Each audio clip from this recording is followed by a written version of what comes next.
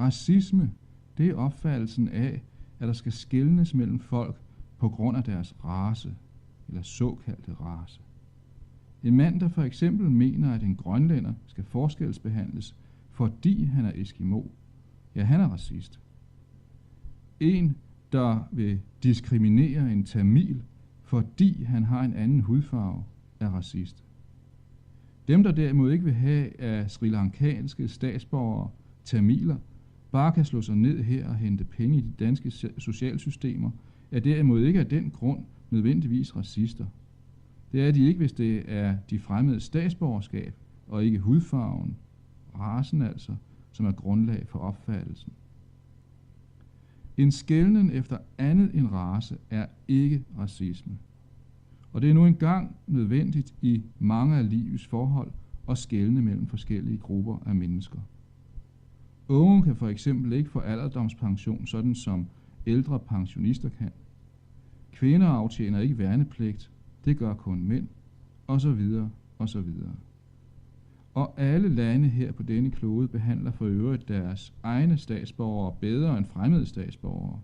Hvordan i alverden skulle man ellers opbygge et land med en forsvarlig, for eksempel social struktur og socialt sikkerhedsnet? Hvordan skulle der overhovedet kunne opbygges et ordentligt socialt sikkerhedsnet hos os, hvis alle og enhver udefra vildt fremmede statsborgere bare kunne komme og forlange at blive placeret i det på linje med danske borgere? Det ligger altså fuldstændig klart, hvad racisme er.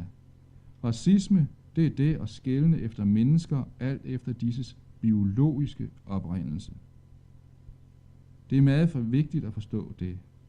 Blandt andet fordi mennesker jo ikke er herre over deres race, og ikke har mulighed for at ændre på den. Derfor er det ret modbydeligt at skelne på grund af race, og at behandle andre dårligere, fordi de har en anden race end en selv. Det skulle altså være nemt at fastslå, hvad racisme er. Alligevel så hersker der jo så tydeligvis i dagens debat en fuldstændig forvirring om dette begrebs indhold. Hvorfor det? Ja, forvirringen skyldes ganske simpelt, at ordet er blevet systematisk misbrugt gennem de senere år. Mange mennesker har for eksempel forsøgt at fremhæve deres eget ikke-racistiske sindelag ved at råbe racist efter andre mennesker.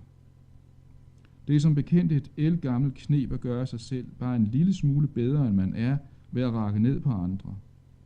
Og da det jo er moderne at være antiracistisk indstillet, så er fristelsen stor til at skælde andre ud for racisme. Og efterhånden er ordet på den måde nærmest blevet til et almindeligt skældsord. Det er blevet fuldstændig udvandet. Måske bør det også nævnes, at misbrugen af ordet og påstanden om, at der er racisme både her og hisset i det danske samfund, er blevet bevidst støttet kraftigt af østlige efterretningstjenester som led i de bestræbelser, disse udfoldede inden betonkommunismens fald for at skabe splittelser og ballade i Vesten. Dengang, da man mente, at man havde fordel af at undergrave de vestlige samfund. I det sovjetiske KGB, altså den sovjetiske efterretningsorganisation, var en hel afdeling med mange tusind mennesker beskæftiget med disse såkaldte påvirkningsoperationer. Man kaldte operationerne for aktive foranstaltninger. En afhoppet oberstløjtnant i organisationen, som hed Gordievski, havde en lang tid gjort tjeneste i den sovjetiske ambassade i København. Han har fortalt om sine erfaringer i en erindringsbog. Her fortæller han blandt andet, at den danske forfatter Arne Herløv Petersen blev brugt til i England at markedsføre en påstand, som gik ud på, at den engelske premierminister Thatcher appellerede til racistiske følelser. Ja, KGB er ifølge hans oplysninger endnu gået så vidt som til at foranstalte hærværk på jødiske kirkegårde, mindesmærker, butikker med videre, for at skabe indtryk af en voksende racisme og for muligt at opgejle ubefæstede sjæle til ægte racistiske handlinger. Bagefter beskyldte de naturligvis racistiske kræfter for at forvolde det, de havde begået i nattens mulm og mørke. Hvis uskyldige mennesker bliver kaldt racister, kan de naturligvis gå til domstolen og få den, der siger noget sådan om dem, dømt for injurier. Den Danske Forening har konsekvent anlagt injuriesag, når foreningen udsættes for racismebeskyldninger. Danmarks Radio måtte for eksempel krybe til korset i anledning af den udtalelse, de lige hørte om foreningen. Men det er de færreste, der har kræfter til at forsvare sig ved retten. Derfor bliver ordet stadig brugt i den forkerte betydning, og mange mennesker har fået en fuldstændig forvirret opfattelse af, hvad racisme er. De kredse, der ønsker at holde indvandring i gang, indvandringslobbyen, som nogen kalder dem, er naturligvis fuldstændig klar over denne forvirring, og over, at den kan udnyttes til fordel for indvandringslobbyens interesser. Så længe folk i almindelighed jo nemlig tror, at det automatisk er racisme, hvis man ikke vil have alle mulige fremmede mennesker til at flytte ind her i Danmark, ja, så vil folk jo dukke hovedet og ikke gøre vrøvl, når sådan noget sker. For de vil nødig risikere at blive kaldt racister, hvis de gør vrøvl. Indvandringslobbyen har med andre ord fordel af forvirringen. Derfor gør lobbyen da heller ikke ligefrem meget for at skabe klarhed i begreberne, selvom de efter deres beskæftigelse jo burde være nogle af de nærmeste til det. Prøv for eksempel at gå ind i Mellemfolkeligt Samvirkes boghandel i Borgergade i København og kig lidt i de skrifter, der sælges der, og som der står noget om såkaldt racisme i. Det giver ikke meget klarhed, det man der læser. Tilbage står imidlertid et meget stort etisk problem.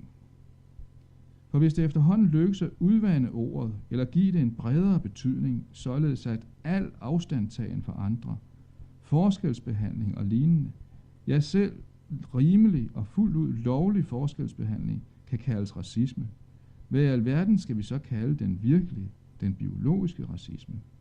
Vi har ikke noget at kalde den. Og når vi ikke har noget at kalde den, hvordan skal vi så betegne den, når vi skal forklare de unge vigtigheden af at undgå den biologiske racisme? Hvordan skal vi gøre det, når der ikke er noget ord, der udelukkende dækker denne ægte racisme? Og hvad værre er, efterhånden som den danske befolkning bliver mere og mere presset af de urimeligheder, der følger i kølvandet på den nuværende masseindvandring, ja, så vil befolkningen naturligvis overvinde sin frygt for at blive kaldt racister, og man vil gøre modstand. Men hvis man har fået folk til at tro, at selve det at gøre modstand mod en urimelighed, det er det samme som racisme, ja, så risikerer man jo, at folk samtidig accepterer den ægte racisme som en rimelig og en retfærdig indstilling. For man har berøvet dem muligheden for at skelne. Nutidens såkaldte antiracister begår altså en forbrydelse ved at gøre noget til racisme, som ikke er det, eller ved at prøve at gøre det. For de er med til at forøge risikoen for, at den virkelige racisme bliver accepteret som en god og nødvendig ting. Men det tænker de nok ikke på.